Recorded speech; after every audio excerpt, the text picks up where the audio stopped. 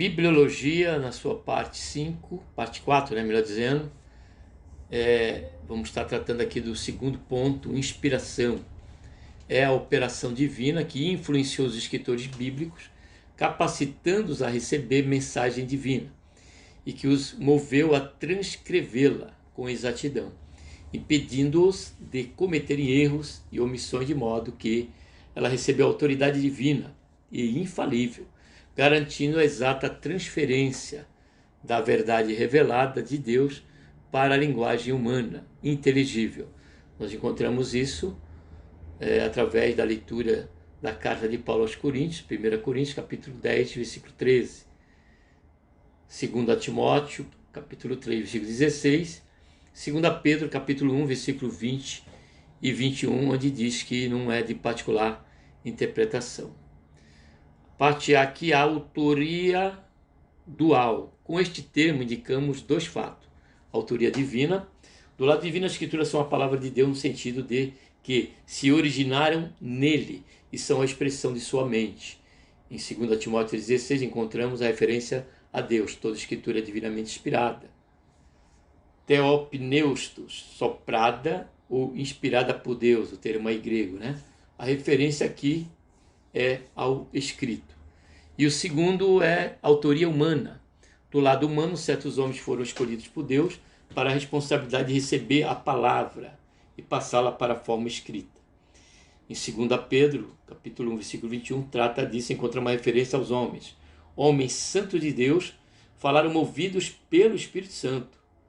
Aí tem a conotação grega P-H-E-R-O, com circunflexo, pero. Movidos, que significa, né, ou conduzidos. A referência aqui é ao escritor. B, inspiração ou expiração? É uma pergunta, né? A palavra inspiração vem do latim, significa respirar para dentro.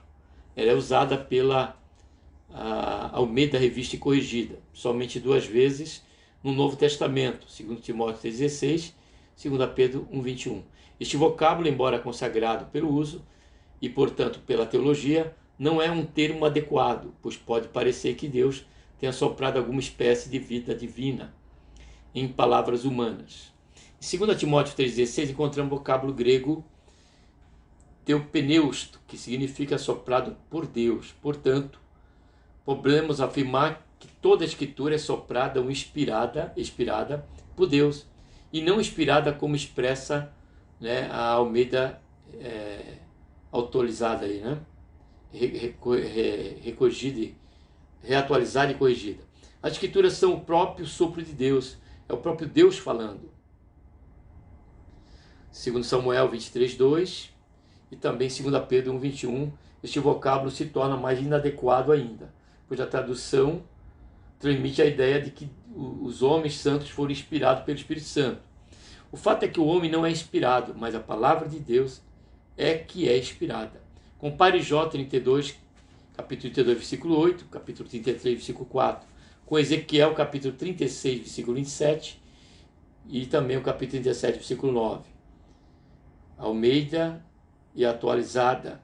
Porém, apesar de utilizar o termo inspiração, em 2 Timóteo 3,16, usa com acerto o verbo mover, em 2 Pedro 1,21, como tradução do vocábulo grego pero, que significa exatamente mover ou conduzir.